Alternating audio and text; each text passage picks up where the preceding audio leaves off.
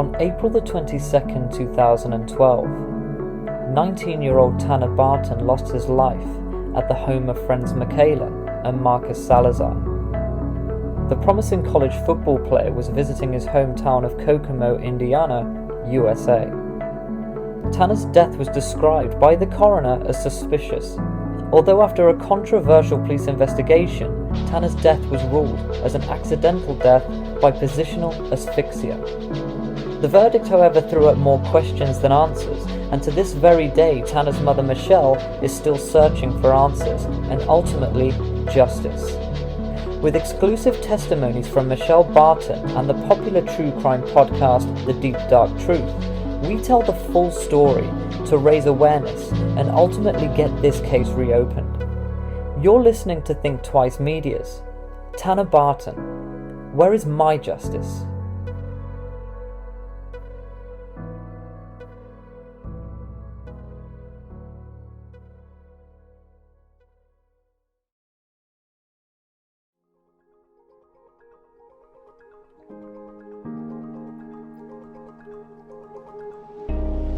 Tanner Barton was home in Kokomo, Indiana on the weekend of the 21st of April, 2012. Despite being due to attend a party at Purdue University on the Saturday night, Tanner instead stayed in Kokomo. After leaving his family home at 5 p.m. in the evening, Tanner met with a friend. They smoked marijuana and went to see a movie. After leaving this friend, Tanner drove out to the home of good friend Marcus Salazar. The home was owned by stepfather Jeff Linskoo and mother Carol Linskoo. Also in the home that night was Marcus's younger sister Michaela and younger stepsister Kirsten. After catching up with Marcus and his family for a couple of hours, Tanner and Michaela head out to the popular Kokomo nighttime hangout spot, Dan's Bakery. Officially, Marcus did not accompany them. They returned back to the Linskoo home shortly after leaving the donut shop. Tanner and Michaela would spend the rest of the night in the basement together, watching a movie, talking, and allegedly drinking liquor. Tanner would make an attempt to walk up the stairs out of the basement, but he collapsed and fell. He would lay there undiscovered for 6.5 hours until he was found by Michaela the next morning. Tanner would be pronounced dead at the scene by the coroner, aged just 19 years old, on the basement floor of his best friend's home. We've been given exclusive access to the case by the Barton family. Michelle Barton recounts Tanner's early life, as well as the last time she saw her son alive.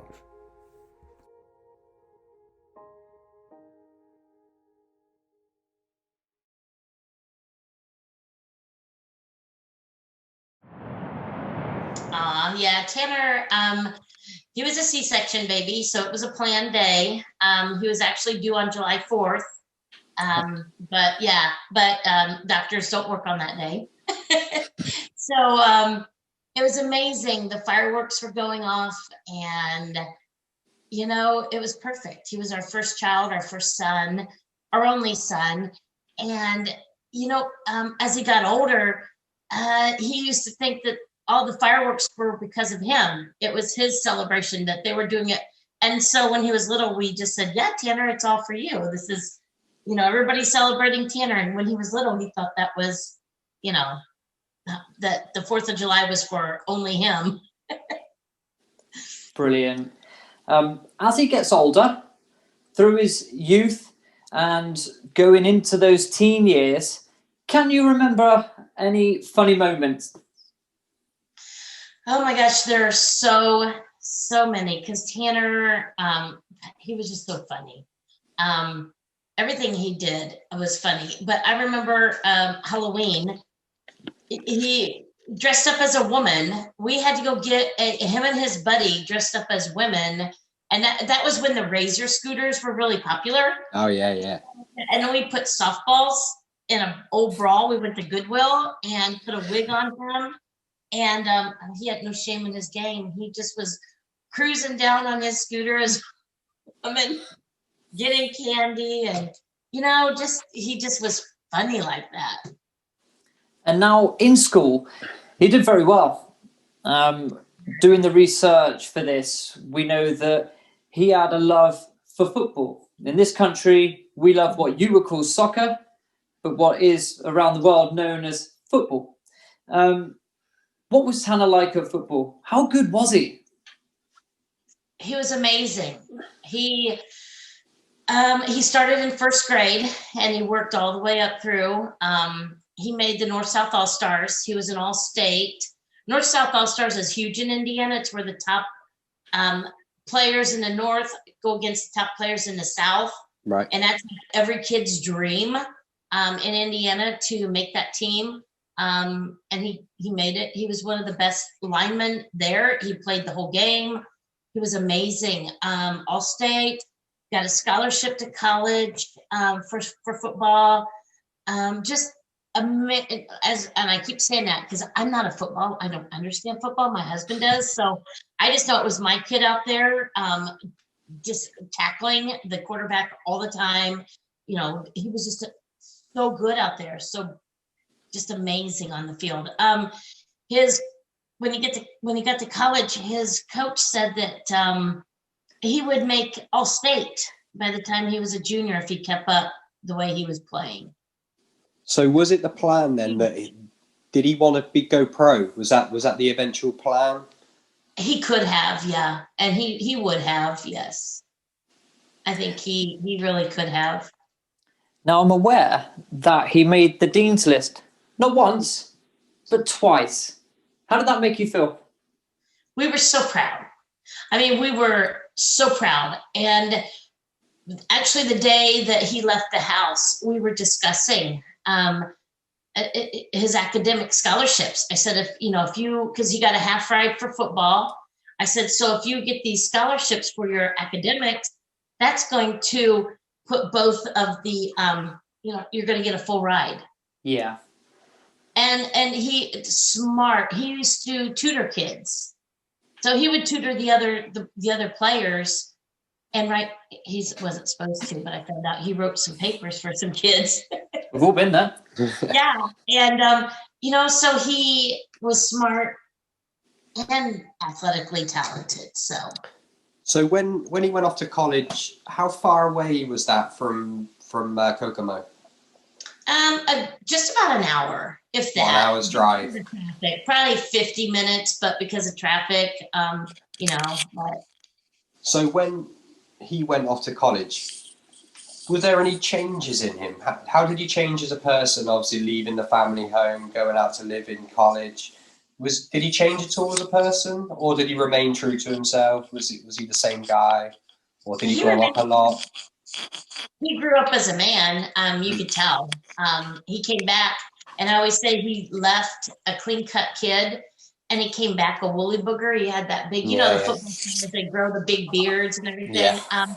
But he was still true to himself. He literally even matured more because he was going to be a physical therapist. He had goals. Partying wasn't a big thing for Tanner. It never was. And when he got to college, it never was. And that proves, in his academic accomplishments, that right there proves that, he wasn't into the party scene. He was more into just, let's get this done. He was focused. So now we go straight to the chase. The night in question, or should we say the day in question? He comes home for the weekend.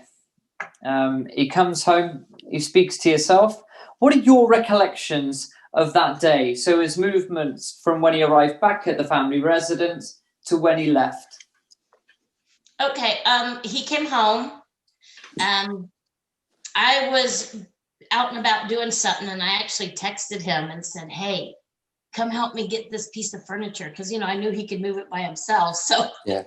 Before your dad gets home, I don't want him to see this. So so he came, and once he got home, he came and helped me do a couple pieces of furniture movement, and which I was buying. And then he got home, he brought all his laundry in, he took a nap, he got up, he ate a meal, he shaved his beard down because you have this beard, and then he just shaved the chops.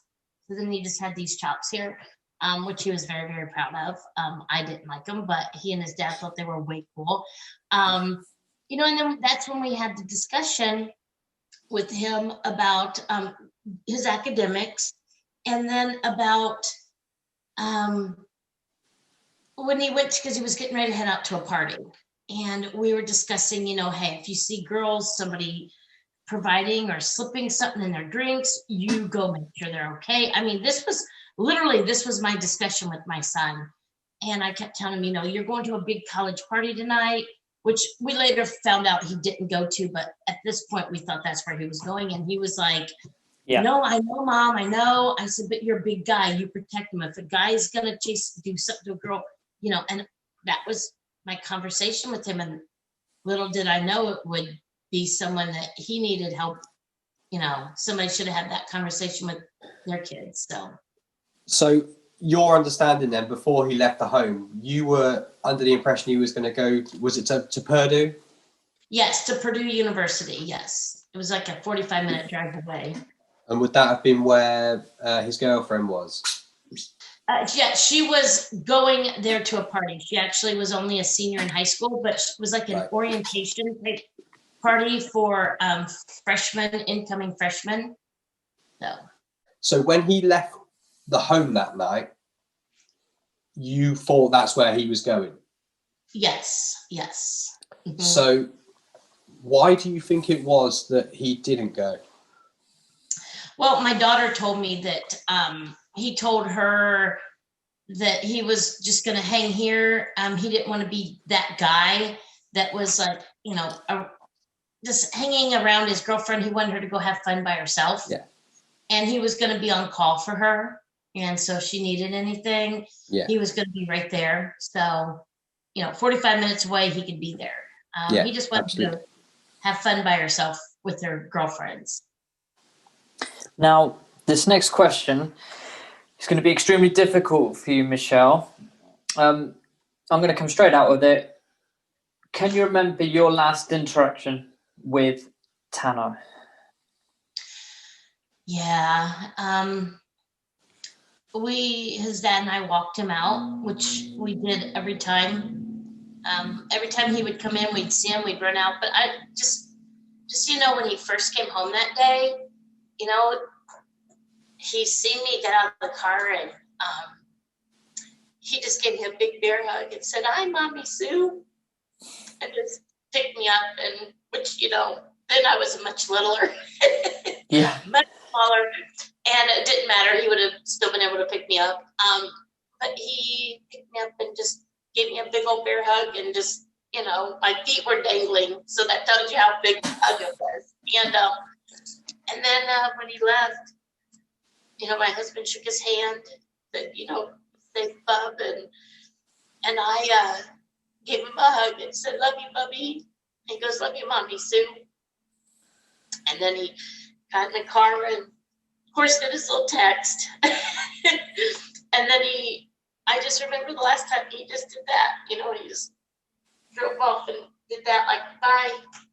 And then we watched his car go around the corner, and then we walked in, and that was the last we seen him.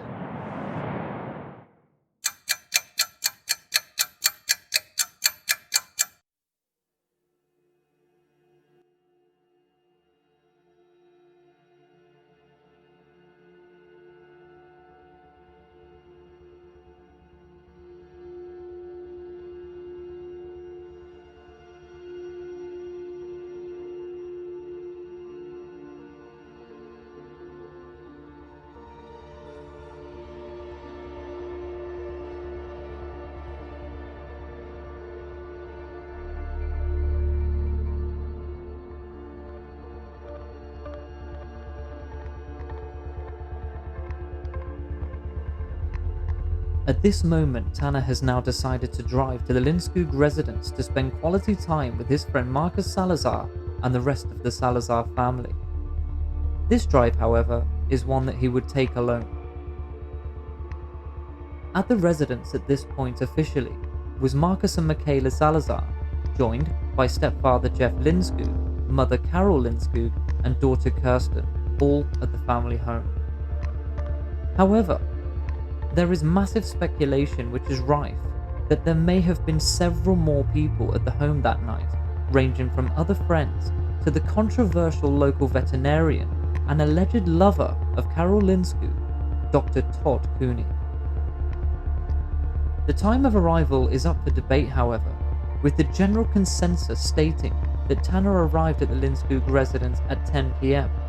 Now, with exclusive footage obtained by TTM Medias, we are now showing you a brief snippet of Jeff Lindskog in his police interview discussing this very point.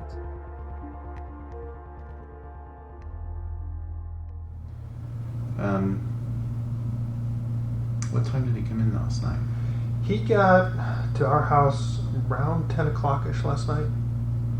And it's not unusual for him to pop by.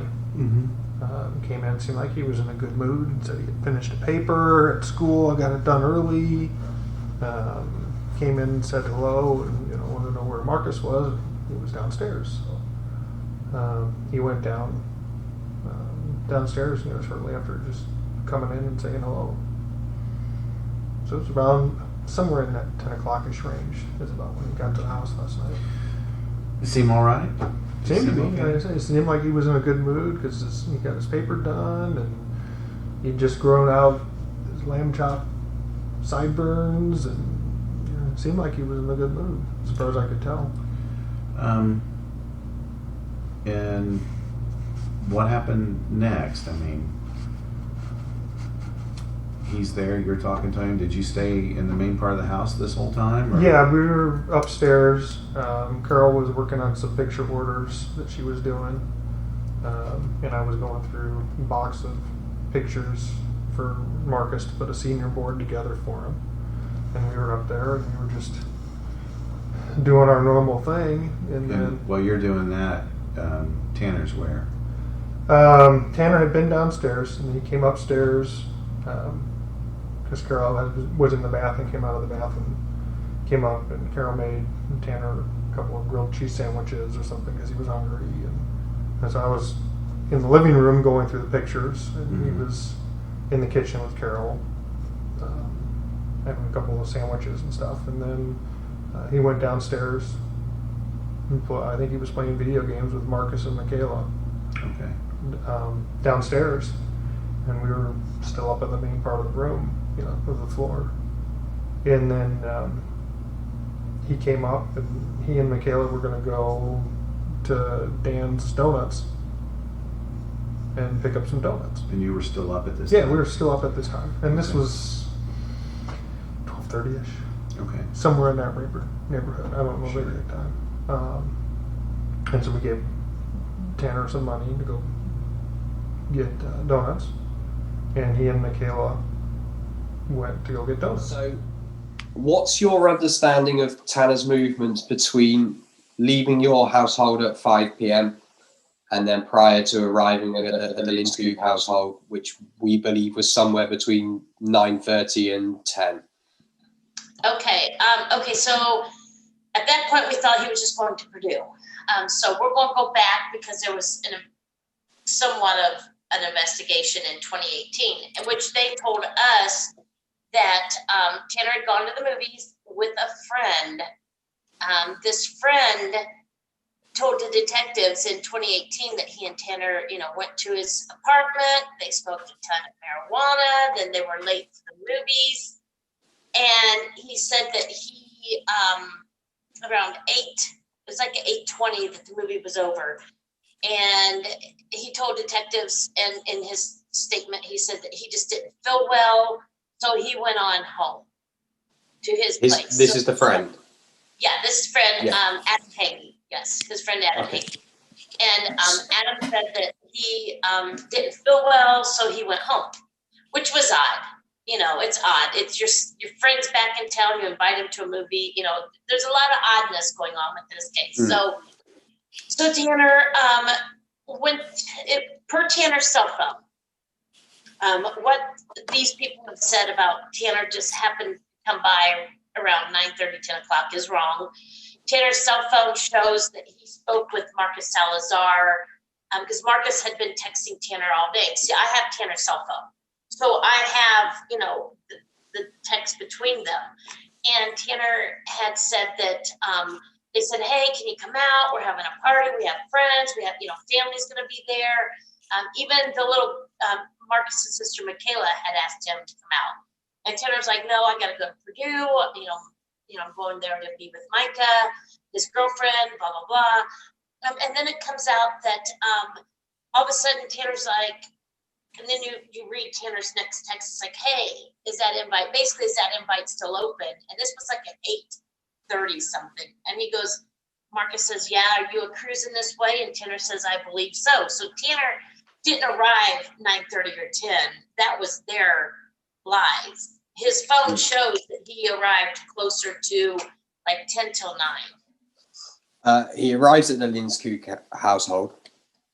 Officially, as per the police interviews that we've seen, the people in attendance, the mother, Carol, she would have been Carol Linsku, Jeff Linsku, the head of the household, the stepfather, Marcus Salazar, who he was there to see, Michaela Salazar, his sister, and Kirsten Linsku, who was the daughter of Jeff the stepfather. Officially. And they were the only people there. Well, then you have go on. Todd Cooney. Did you mention the veterinarian, or did I miss that? This is what I was going to say. Oh, Where sorry. Where does he fall into all of this, and who is he? Okay. From what we had heard at this point, all I know is Todd Cooney was Tanner's best friend Tommy's dad. At this point, Tanner had spoke with me a couple weeks prior to his death. He came home for Easter and he was really upset. And I said, what's going on? And he said, well, Todd Cooney, Todd's having an affair with Carol, and he felt really bad for Jeff. And that's when I had to have a discussion with him and say, this is an adult thing. I know you like Jeff, whatever, but this is for adults. This is their sin, not yours. You need to just stay out of it. And it really bothered him. And I had to tell him, you don't want to interfere with any of this adult stuff going on. And so then that night, so Todd Cooney was there. Detectives told us that they confirmed it, that he and Carol were having an affair and that he was there as her boyfriend, but yet her husband still knew that they were dating. So, sorry, just to confirm that. Jeff knew that they were in a relationship. So that's his wife and, as I understand it, possibly a colleague, Todd? Yes, they're all colleagues. Yes, at that point, from what I had heard, they were all in a business of veterinarian clinics. So, they were drinking. I mean, that family, they're partiers. They have kids over every Friday night for football parties. A lot of the parents, and I didn't know this because we lived on a different side of the county and my kids went to a small county school until they got to like middle school. Then they had to go, bust over. And these parents, after Tanner passed, they said, oh, well, we didn't allow our kids over there because they allowed these kids to smoke marijuana, do drugs, drink. And I have to say allegedly because I was not personally there to see it, but these parents came forward to tell me that that was the known party house after football games on Fridays. Detectives even confirmed that and said, yeah, they'd heard that that's where the kids were allowed to freely do what they want.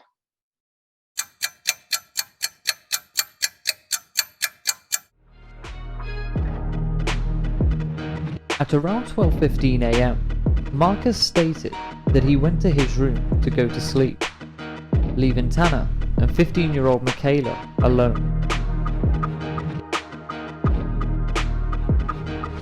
With the blessing of Mother Carol, the pair would head out at around 12:40 a.m. in Tanner's car into Kokomo, where they would visit Dan's Bakery, a well-known late-night hangout spot for teenagers. After arriving at the bakery, Tanner would bump into friends and spend time chatting. However, after waiting in the long queue for around 30 minutes, the pair would leave. According to Michaela's witness testimony, they would also attempt to pick up another friend. However, this friend was at home asleep. The pair would then head back to the Lindskog residence, arriving back at around 2 a.m.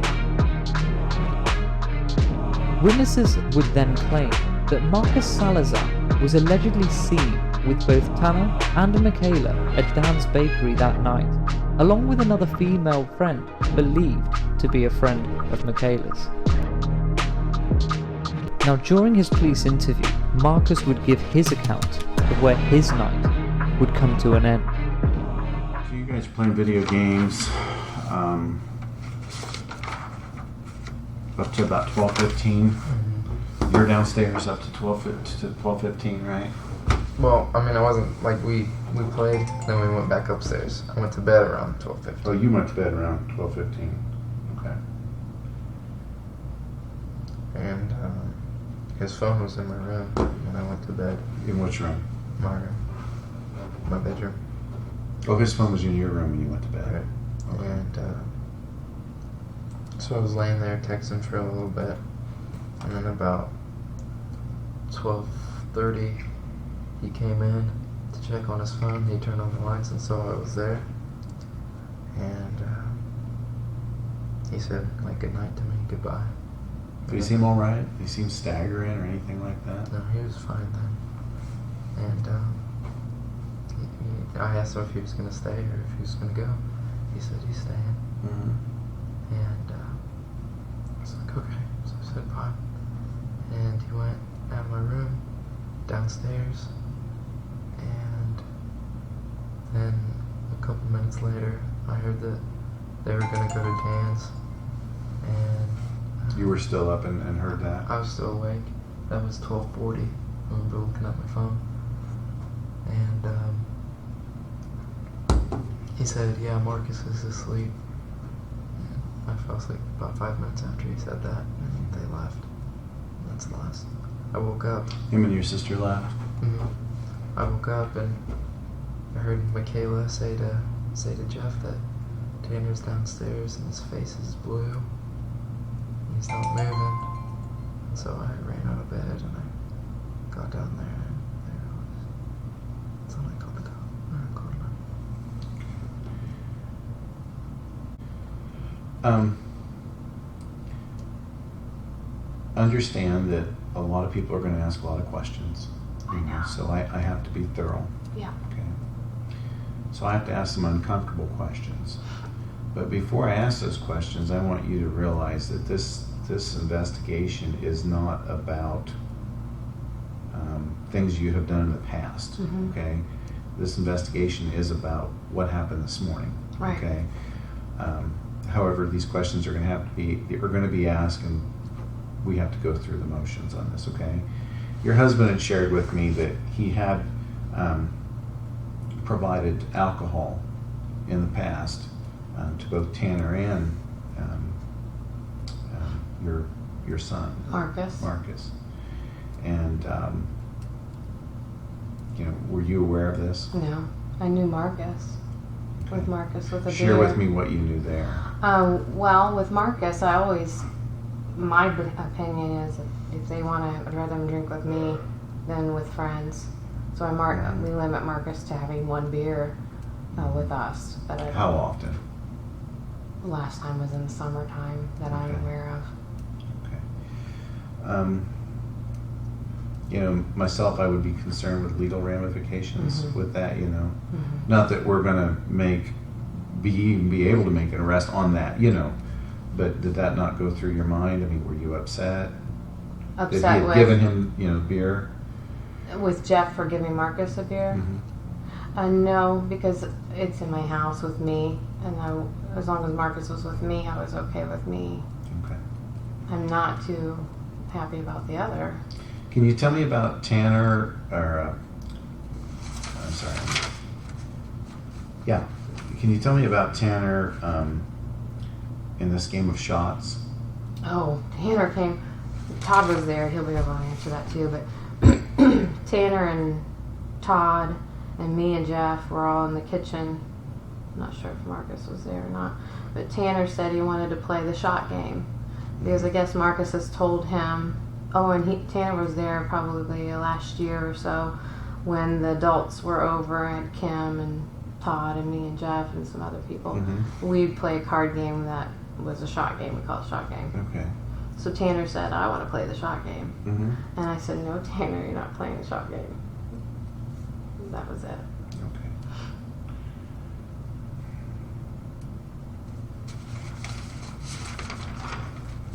We're not partiers or anything. I don't want you to get the wrong idea. So we've seen Tanner for 2 hours, texting him all day, like you said, obviously looking forward to seeing each other. You wouldn't go to bed after 2 hours. Tanner with the intention of going out to get donuts with Michaela, the younger sister, also very close of her and friends of her. Why would Marcus have gone to bed? Why would he not have joined them? That's a key point for me. Us too. And then Tanner's cell phone was in Marcus's room. Yeah. Why would Tanner? And if you look at Tanner's cell phone, he was texting friends all night. He kept saying, what are you doing? He didn't want to be there. You could tell he didn't want to be there because he kept texting people. So if Tanner was texting people, why was Tanner's cell phone in Marcus's room? Yeah. How could it be in Marcus's room when he's texting people and Tanner's downstairs while Marcus, Carol's like, oh, he had a bad day. Seriously? Yeah. Tanner rolls into town, your best friend, the one that you guys like stay up, and Jeff even admitted they stay up all night watching videos and playing games, but on this particular night, they didn't. And witness testimony says that he was seen to be inebriated. Is that something you can confirm? Yes, that's what we were told, and I didn't mean to cut in. I thought you were done. No, it's fine. No, it's fine. Yeah, but the gal that they said that they went by her house and she was asleep, I messaged her and she said they called me and I told them I couldn't go anywhere. My stepdad said I couldn't go. It was too late. So she lied. Michaela lied to detectives and said that she just went by and her friend was asleep. Her friend was awake. She called her. And I have the text from this gal who it can be confirmed that Michaela actually called and she said she heard Tanner in the car with her. Now, this Linkskog residence, 2 words spring to mind: relaxed parenting. Allowed to drink in the residence, confirmed in the police interviews. Children under the age of 16 years old allowed out in the early hours of the morning, the most dangerous hours. In my opinion, unacceptable. Relaxed parenting.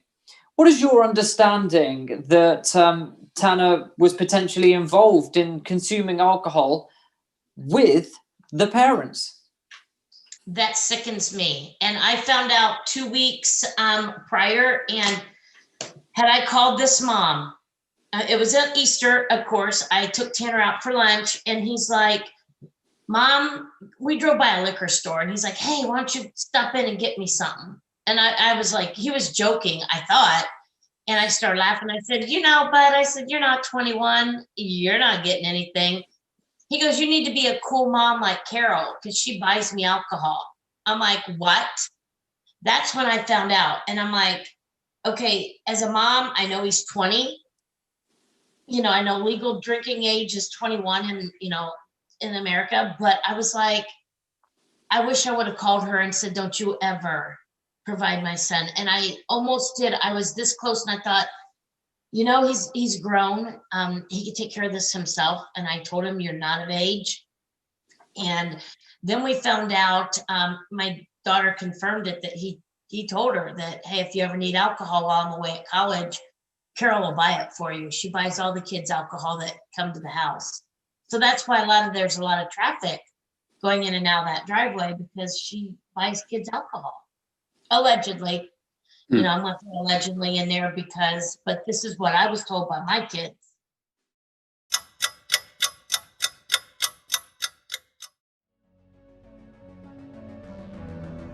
Once back at the Linkskog household, Michaela would say goodnight to Carol and Jeff, who were still awake at this point. They would then head down into the basement. Michaela would grab a beer for Tanner and an alcoholic fruit drink for herself. After these, it is claimed Tanner would go back up into the kitchen and get more alcohol. This time, some white rum and pineapple juice as a mixer. The pair would spend the next hour or so drinking and confiding in each other. During the police interview, it was claimed by Michaela this would be the first time she had ever drunk alcohol. However, she does admit to being drunk. Michaela would recount this time period to Detective Shirey. So you guys, how long would you say that you stayed there at the Dan's Donuts? Maybe 10, 15 minutes. Not long. Not long, no. Okay. And then you went where? We started driving to my friend's house, but she was asleep, so we just turned around and went home. Did you ever make it to the friend's house? Mm-mm. We made it to his house, and he showed me it because I've never seen his house before. Oh, you hadn't? Mm-mm. He didn't go in or anything like that? We just drove past him. He's like, Okay. That's my house. Just trying to remember. But you guys didn't stop at any stores or anything like that? No. What time would you say that you got back to your house? 2, maybe. Okay. Was anybody awake when you got home? My mother was, and Jeff. I went to go say goodnight to them. Okay. Is Jeff your stepfather? Yes. Okay. And so they were in bed? Yeah. Okay. And then what happened next? He told me he didn't want to be sober, so I got him a beer, and I got me like a little fruit drink thing. Was it alcohol? Mm-hmm. Okay. And I wasn't expecting to get drunk. I was just taking little sips of it.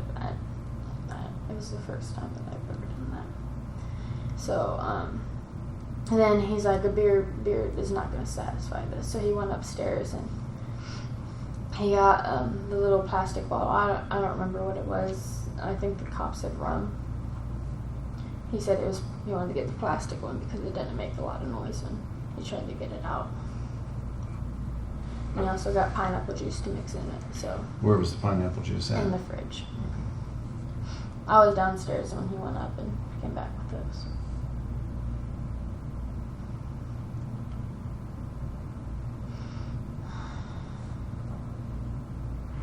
What happened next? We watched a movie and we just continued to drink, and then he poured some of that in a drink and he gave it to me, and I just took sips from it. I didn't really expect to get crazy. And then the next thing I knew, it was empty, and his was too, so then he refilled them. And I spilled some on the floor, like 2 times. Okay. And then how much would you say that you consumed of this? I drank the fruit drink, I think 2 glasses of the pineapple juice mixture, and I drank a little sip from his. So I was. So you were intoxicated? Yes, yeah. Okay. How intoxicated would you say that you were? I don't know. Kind of. I always expected drunk to be like not comprehending what's going on, but I knew what was going on, so I don't know on a level. I'm sorry, say again. I always thought like drunk would be like not be able to comprehend like from the movies and stuff. So I didn't know. I comprehended and I understood what was going on in a way, but I don't know. I've never been drunk before, so it was weird. Were you dizzy? Yeah. Okay. Were you? Did you throw up? Mm-mm. How long do you think you guys were drinking? Sorry. Last time I looked at the clock, it was 3 o'clock, so maybe Okay. an hour.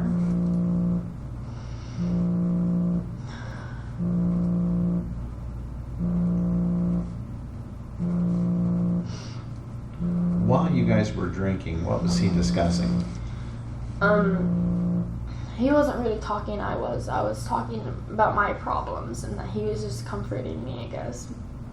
And he kept saying that he was drunk, and I didn't believe him because he's a big guy, and I thought it took more than just 2 glasses and a beer to make him drunk. Mm-hmm. So I'm like, you're not drunk, whatever. So you just saw him drink 2 glasses. Yeah, and a beer. I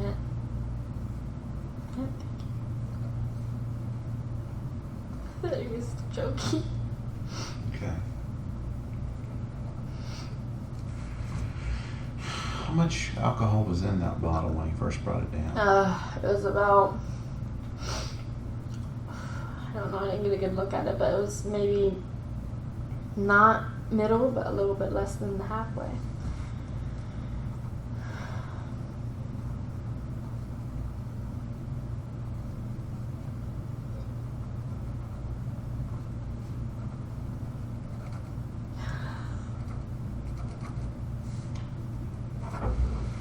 So really, roughly, you're thinking that most all this alcohol was consumed within 1 hour. I guess, yeah. So prior to you getting him that beer, did you smell any alcohol on him at all? No, None? not, Okay, so to your knowledge, he had nothing to drink until that point. yes.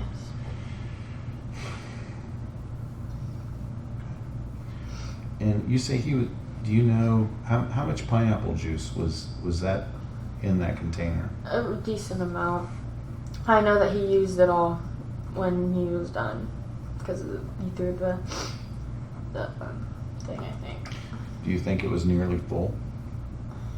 I won't say halfway or a little bit, but that.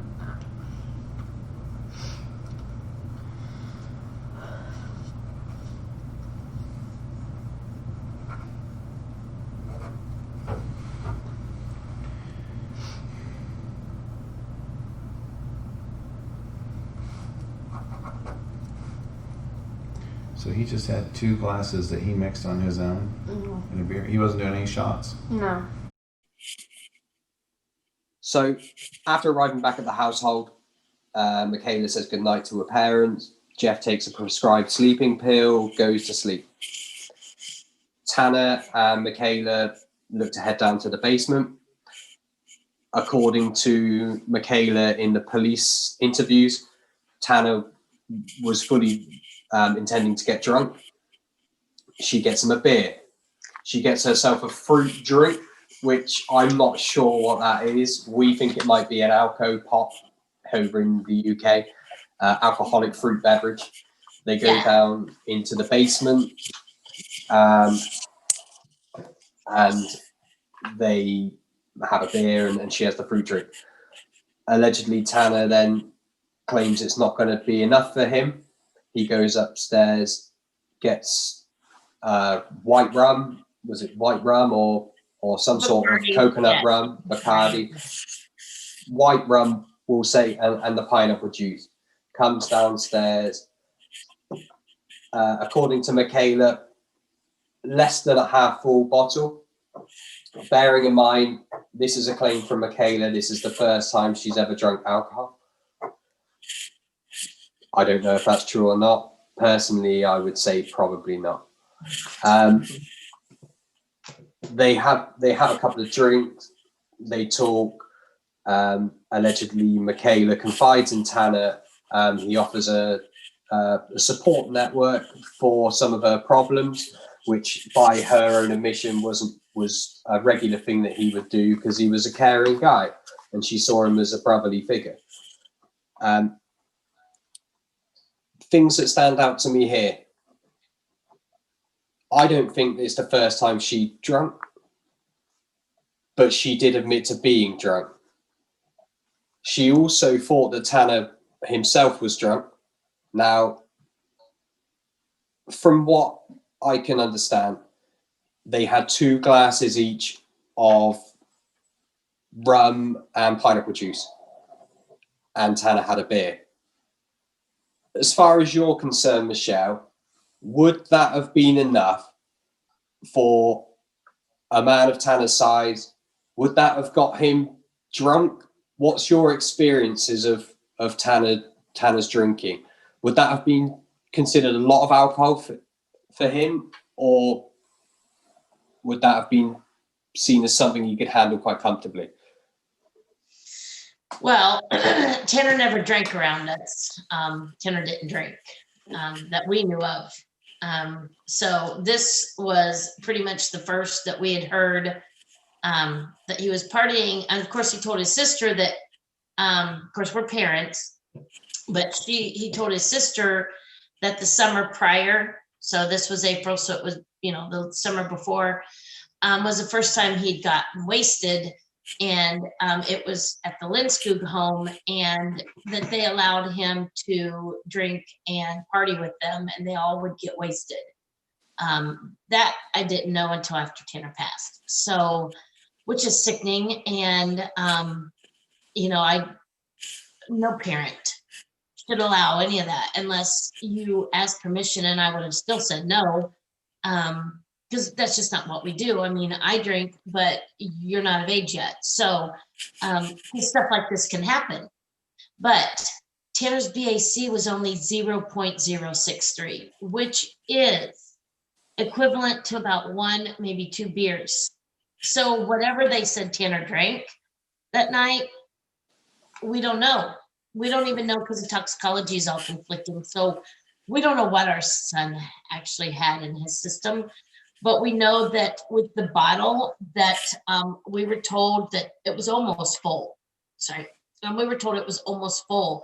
And if it was almost full and she's never drank before and Tanner's BAC was only 0.063, she would have been deathly ill when she was giving those interviews. And you all seen the interviews. She didn't act like she'd been hungover or sick. I mean, No. y'all know what it looks like, because I know I remember when I was younger and had a few days like that. But and then Tanner's BAC would have been higher. So that tells us that there was other people drinking with those two that night.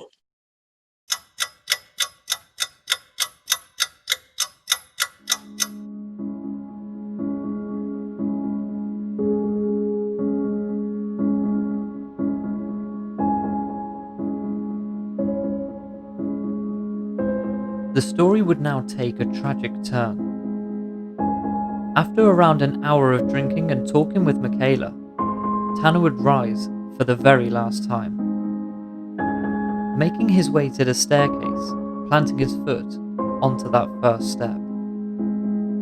He would turn, collapse to the floor, and lay motionless. At this moment, Michaela witnessed this happening. She would then approach Tanner, check his pulse, and upon allegedly feeling what she believed to be a pulse, would then make a decision that surely would haunt her for the rest of time. She would return to the sofa where she would fall asleep, leaving 19-year-old Tanner Lane Barton to take his final breaths as he lay there, undiscovered and alone, for an utterly astonishing 6 hours.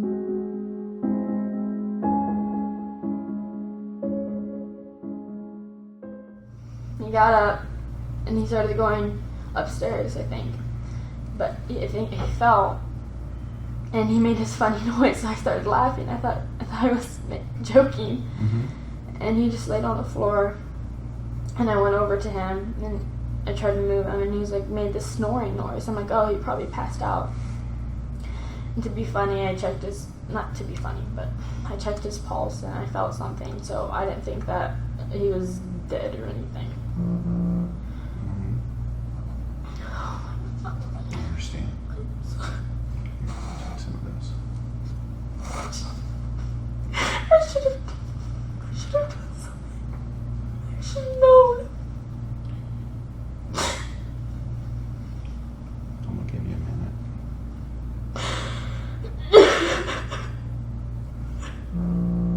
No, I'm sorry about my phone. Don't worry about it. I'll turn it off.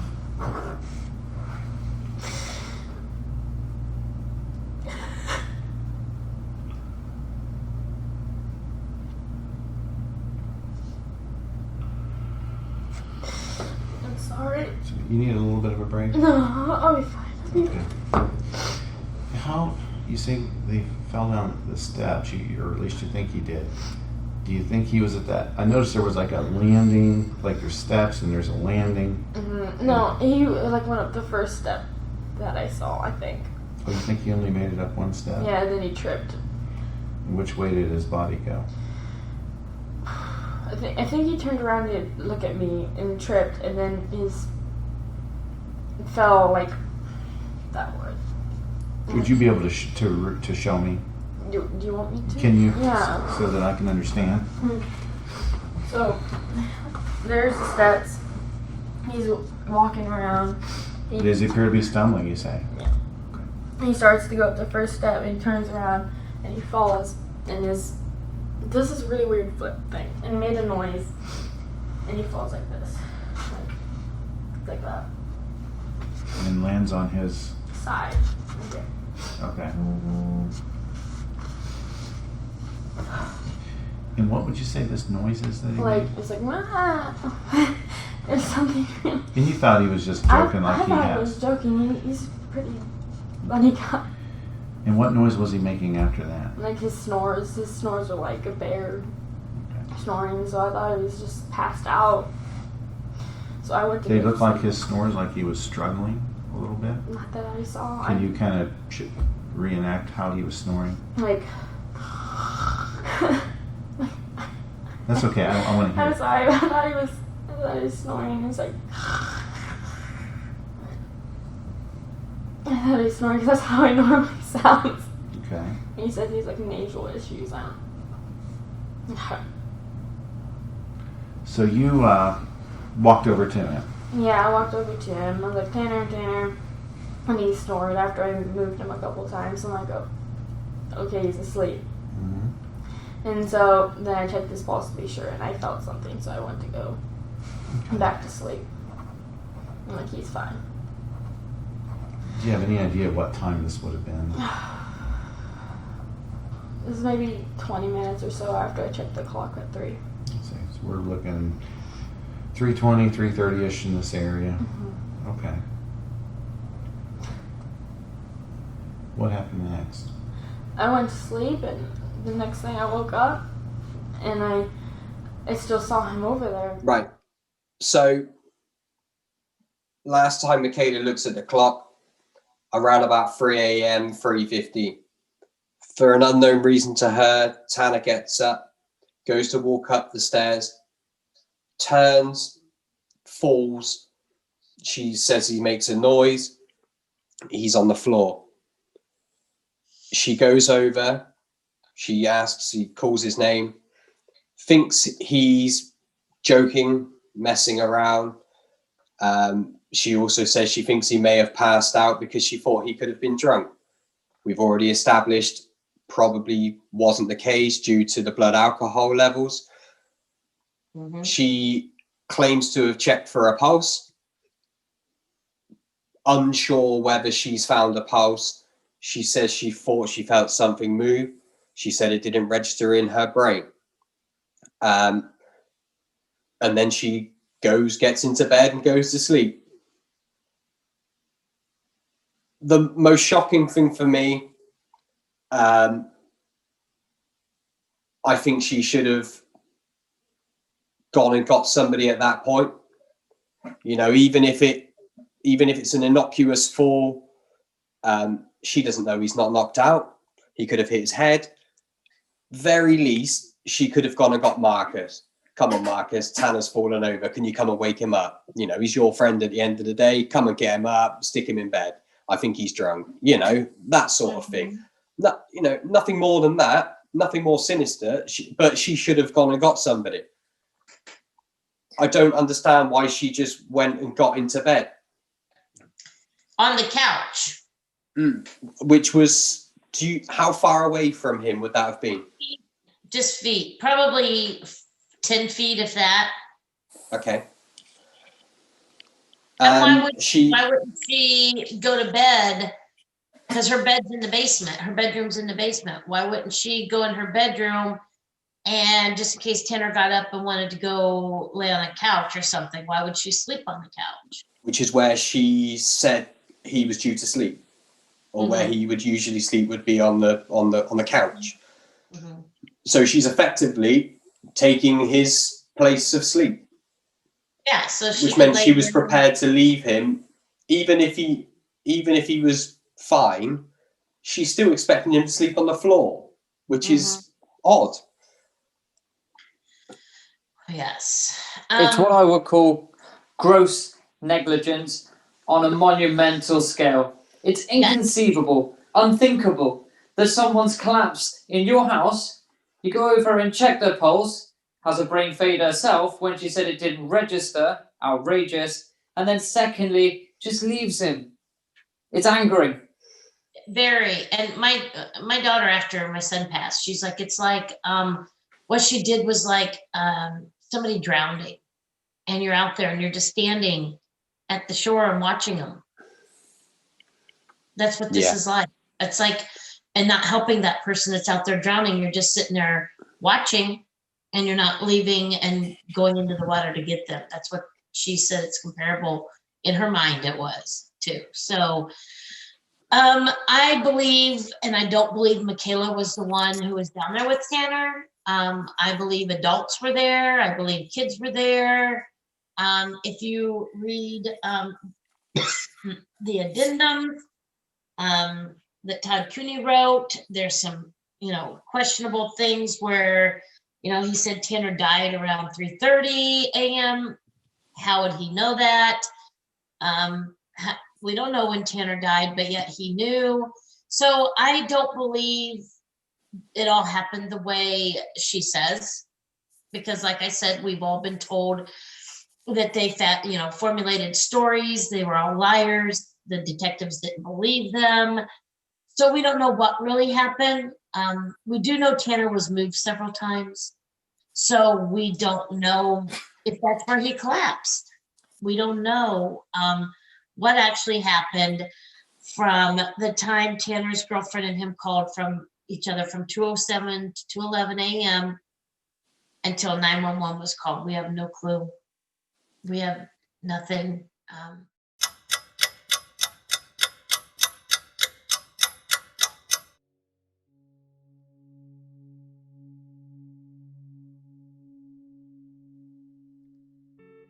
Members of the household would start to awake, the first being Carol and Jeff. Carol would allegedly leave the house early to go run errands in Kokomo.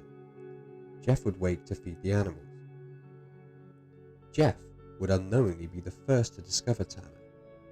However, instead of raising the alarm, he would instead take photographs of Tanner as he'd lay at the bottom of the stairs and then email them to Carol. It would be another almost 2 hours before Michaela would awake to find Tanner, laying in the same position she had left him 6 hours previously. It would be Michaela who would raise the alarm, crying out for stepfather Jeff. It is alleged the 911 call would not be made initially though. Instead, members of the Salazar-Linscoop inner circle would be contacted first, including controversial figure Todd Cooney. Only then would Marcus be instructed to call 911. You woke up about what time would you say today? Oh, I'm thinking somewhere 7:30-ish is when we woke up. I don't think we actually got out of bed until 8:30, somewhere in that range. Carol left to go to tanning bed and run a couple of errands in town. And I got up and fed all of the animals that we've got. I heard one of the dogs go down through the gate to go down to the basement. Mm-hmm. And so I went down to get him, and that's where I saw Tanner laying on the floor. And I'm thinking he's just asleep because it's in the past, sometimes they'll just fall asleep wherever down there when they've been up late. So I didn't. Have you ever been to fall asleep on the floor before? Yeah, all the time. Okay. So that's why I didn't think anything of it, the fact that he was asleep. So I grabbed Val, who was the dog that went down, took him upstairs, and I thought about, this is kind of a funny photo, type of a thing because of where he was sleeping. Mm-hmm. So that's why I took the photographs of him. Mm-hmm. And then I sent one to Carol through email, my work email, to her email. Mm-hmm. Just because I thought it was odd. Can you show me where you did that? Because I never did get to see. It's not on this phone. Oh, it's on the other phone? It's on the other phone okay. that I can't remember which one of the officers took them. And you send the phone to Carol. I sent the picture. The picture. Through email. Right. To Carol. Because I thought, Yeah, this is just, I mean, we've taken pictures of the kids before when they've slept. I mean, Sure, I understand. Thought nothing of it at all. Mm-hmm. Came upstairs, going through my normal routine, getting dressed, and dishes and all the other things. And then I was looking for something, and Michaela came up, very upset. Something's wrong with Tanner. Something's wrong with Tanner. What'd she say? She said, something's wrong with Tanner. I think he broke his nose. And so I immediately went downstairs. And I don't know if she had moved him at all, but I know I rolled him over, and then I saw his face. Okay. And I knew instantly when I saw his face that he was dead. But I still tried to see if I could find a pulse on him anywhere. Sure. See if I could get his airway open. And I couldn't. And Marcus had come down at some point because I was trying to do something. And that's when I told him, call 911 right now. And so he made the call. Jeff Linskog was lying. There's no reason for Jeff Linskog to go down to the bottom of the stairs because the dog would have been barking at the top of the stairs. And the way the staircase goes, it's down, like 5 steps, turn, and then down, and enclosed. So you can't see, so you have to walk down. So there was no reason for Jeff Linskog to go down to the bottom of the stairs. So he got the picture and he didn't text it to Carol, he emailed it to her. He went up and got his work phone, emailed it to Carol, and she, when she got back to the house, now this is, kind of interesting because he emailed it to her. When she got back to the house, not only did she come by, she left to go get donuts, but then she came back at 9:40 a.m. at the same time with Todd Cooney. Now, when she was calling Todd on her way zooming and racing home, how did Todd and her meet up at the same time in the same vehicle at the same time at the door? So she says her and Todd arrive at 9:40. We have this in the statement. So this is written down, documented by the police because they have a login where anybody that came to the crime scene. So she got up on, as soon as she got up to the door, her and Todd, Jeff answered the door immediately and said, I emailed you a picture of Tanner. And she goes, I can't see it. She goes, so I hand the phone over to Todd and told him I can't see Tanner that way and deleted it. Now, how did Todd and her end up at the house at the same time first? How did she know what the picture was? Because Jeff just said I found Tanner in a funny position. How did she know she couldn't see Tanner that way? And for Tanner to be lying at the basement steps, and Jeff, I don't believe that's where Tanner collapsed. I believe he was placed in that position because the lividity doesn't match up with the way Tanner was. And they admitted, all of them, there's like 3 or 4 times they had moved Tanner in their statements, they admit to it. So we don't know what actually happened. Like I said, once again, we were told they were lying and they are not to be believed.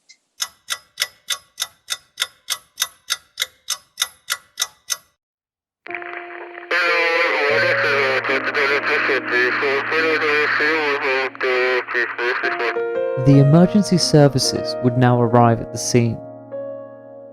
The coroner would perform an assessment of the scene, pronounce Tanner dead, and begin the investigation. Detectives would arrive to question the Salazar-Linskog family.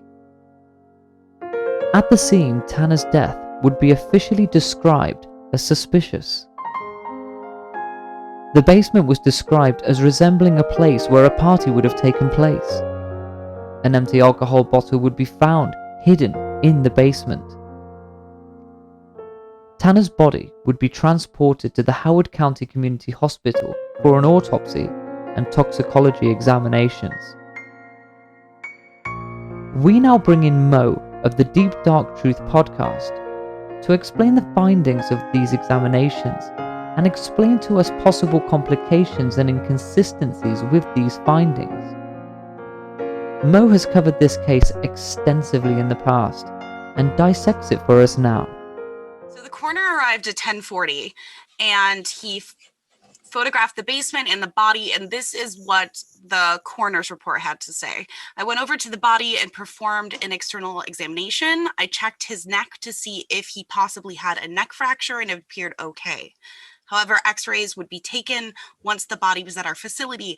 I did not remove any of the clothing at the scene. This would also be done at the facility. Detectives began processing the scene, and while they were busy with the job, I started looking around the basement.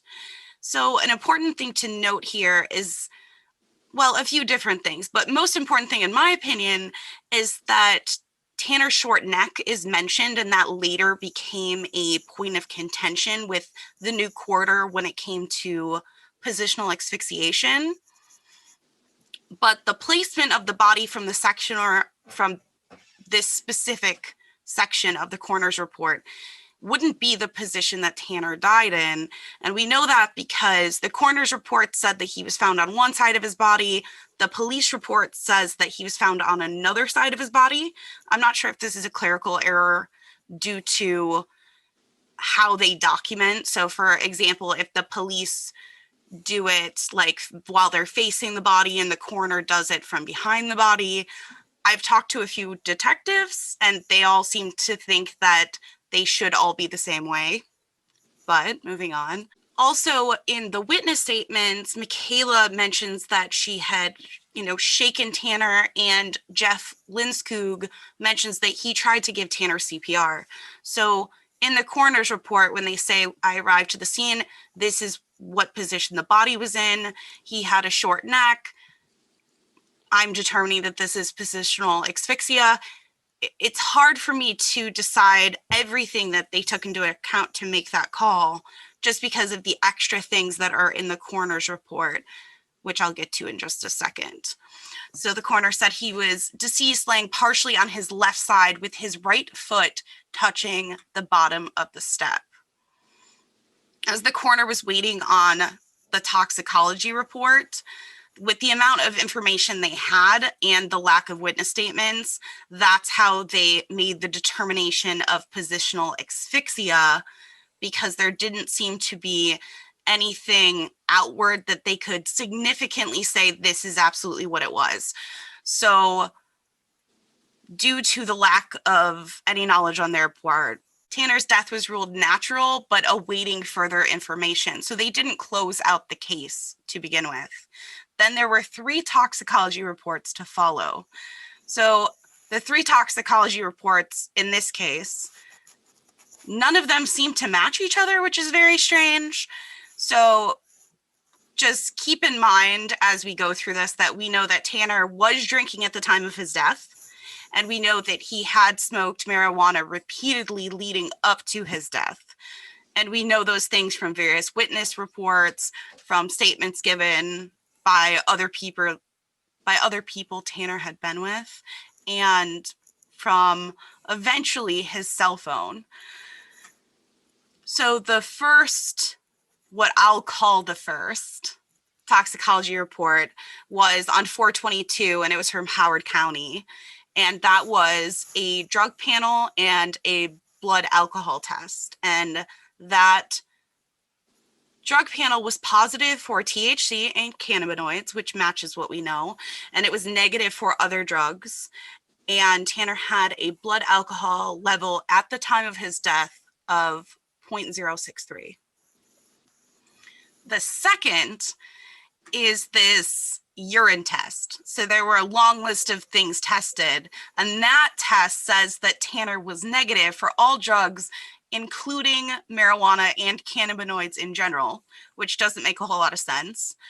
It also doesn't make sense because that's the test that you would normally take if you were to be drug tested at a workplace. So it's a very reliable test for things like THC and marijuana. And there's also this contentious fact that in the coroner report, the coroner says that they were not able to get urine from Tanner's body. So there's this question of where did this urine test come from? Was something just documented incorrectly? Was this urine test kind of somehow put in the file later, or was a lab switch to where it got labeled for Tanner even though it wasn't Tanner's to begin with? That might account for why there was no THC in the system. And the last is a test that they shipped off to AIT labs that the coroner talks about in his report.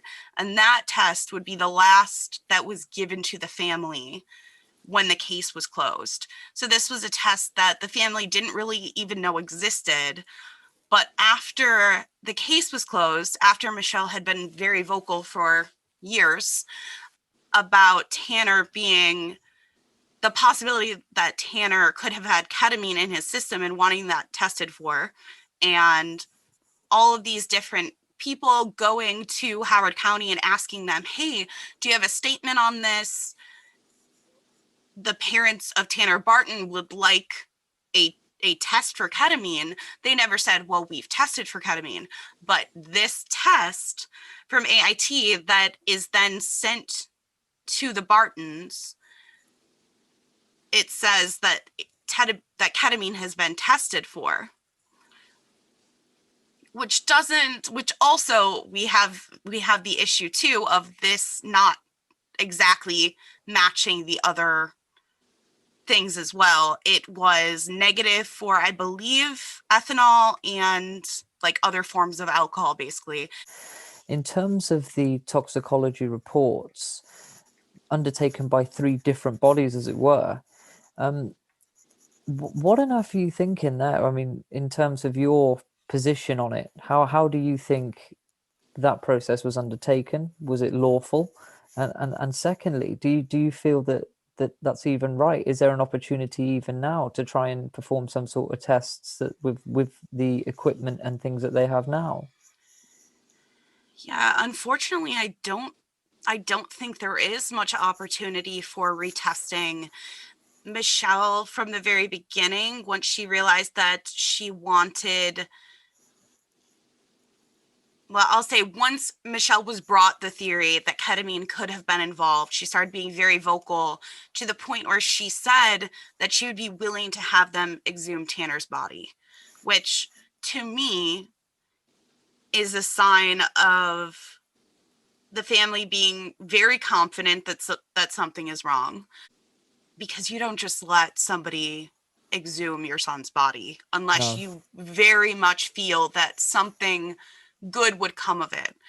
But at this point, after how many years it's been, I don't think that there's any fluids for them to get that could help enforce anything like that, any kind of toxicology. And I don't believe that the state of Tanner's body, I think whatever happened to him was internal. So I don't think an external force. So they would still be able to find blunt force trauma, for example, by exhuming a body after this amount of time. But I think that whatever contributed to his death was internal, whether that's, drugs or a health issue or whatever it is, it was internal, in my opinion. And so I don't think that it would help, unfortunately. I think that with the information they have, that they could extrapolate some other possible things if state police, for example, were to get involved with this case. I think it would be a lot quicker. I think that they would get different results. What those results are, I'm not sure, because even with the amount of information that Michelle was given after the case was closed, and therefore we're privy to, there's still so much that wasn't done that needed to be done at the time.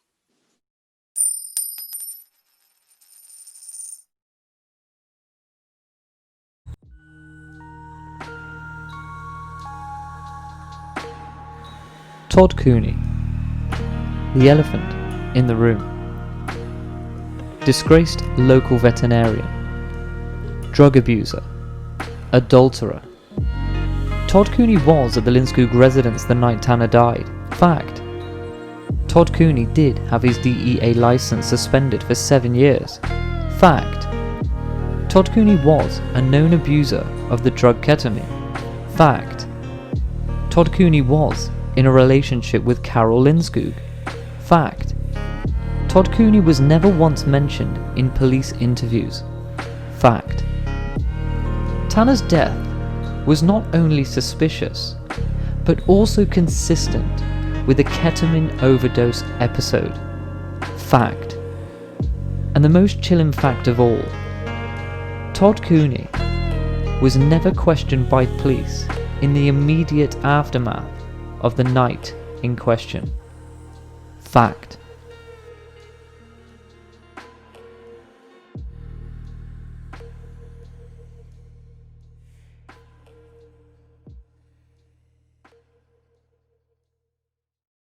He had abused ketamine in his clinic. He was found with a needle in his neck. He had vials and ketamine vials and needles in his home, the same home that Tommy lived in, his son. And then I think this is kind of where the relationship kind of went, South.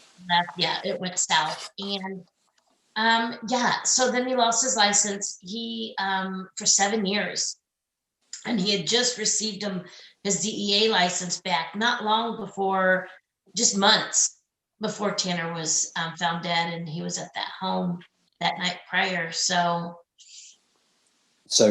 as I understand it now, he actually practices homeopathy, which is drugless treatments basically of dogs. So that to me would indicate further issues with drugs, trying to distance himself from drugs, that sort of thing. That's just what that says to me. So the fact that he was at the household on that evening, why would that concern you? Because of the way Tanner died. Tanner died. His the way he died, the manner, the cause, is parallel to dying from ketamine, from the symptoms of overdose on ketamine. Tanner was found to not be able to reposition himself to breathe. We were told that he couldn't reposition himself to breathe. We were told that he suffocated. We were told that he was not able to move, that he had been paralyzed, but they couldn't find anything in his system. Well, if you think about it, ketamine is out of your system within 4 hours. Well, they waited 6.5 hours before they called 911 when Tanner collapsed. So yeah, it's not going to be there yet, but they didn't check for it, even though we begged them to. But yes, it is parallel, the way Tanner died, to overdose on ketamine.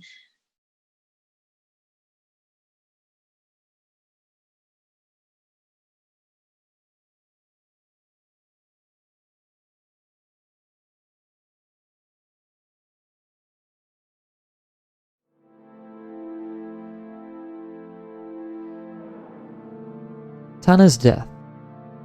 Despite the coroner initially describing it as suspicious, it was officially classified as natural causes. It would not be until the case was finally closed in 2018 that Tanner's death was changed to an accidental death.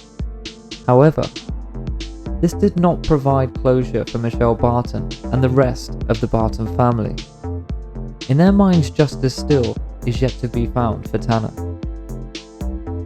Despite numerous attempts to reopen the case, on top of 32 pages of questions presented to the Howard County Sheriff's Office, communication between the Barton family and the Howard County Department has stalled.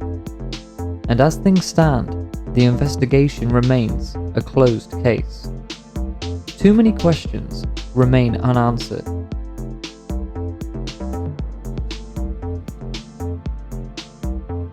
What were Tanner's movements between leaving his family home and arriving at the Lindskog household? Who was actually in attendance that night at the Lindskog residence? Did Marcus Salazar retire to his bedroom at midnight? Was Marcus and others present at Dan's Donuts? Why were Jeff and Carol Lindskog not investigated further, despite openly admitting to providing alcohol to minors on their property? Why would Tanner have a low blood alcohol level if he had been drinking up to 3 a.m. with Michaela? When and where did Tanner actually collapse? Why was Tanner left unconscious for 6 hours? How is it acceptable for Jeff to take pictures of Tanner and email them to his wife? Why was Tanner never tested for ketamine? And why was controversial local veterinarian Todd Cooney never questioned by police, despite being at the Lindskog residence both on the night in question and the morning after? Fast forward to the present day. The fight for justice for Tanner continues. Michelle Barton continues to raise awareness every way that she possibly can. She has even appeared on numerous podcasts and has been the subject of multiple articles. An appearance on the Dr. Oz show, however, would prove problematic after she received questionable, if not harsh, treatment from the Dr. Oz show representatives, most notably Laura Petler. However, Michelle will not stop the fight. In terms of the Lindskog family, the infamous household would be sold. The marriage between Jeff and Carol would end. Marcus, Michaela and Kirsten would move on and live normal lives, albeit with the knowledge of that evening in their mind, body and souls forever, until the end of time.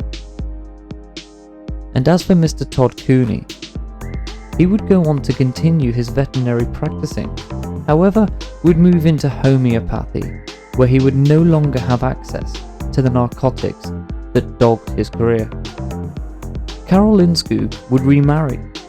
She would now be known as Carol Cooney.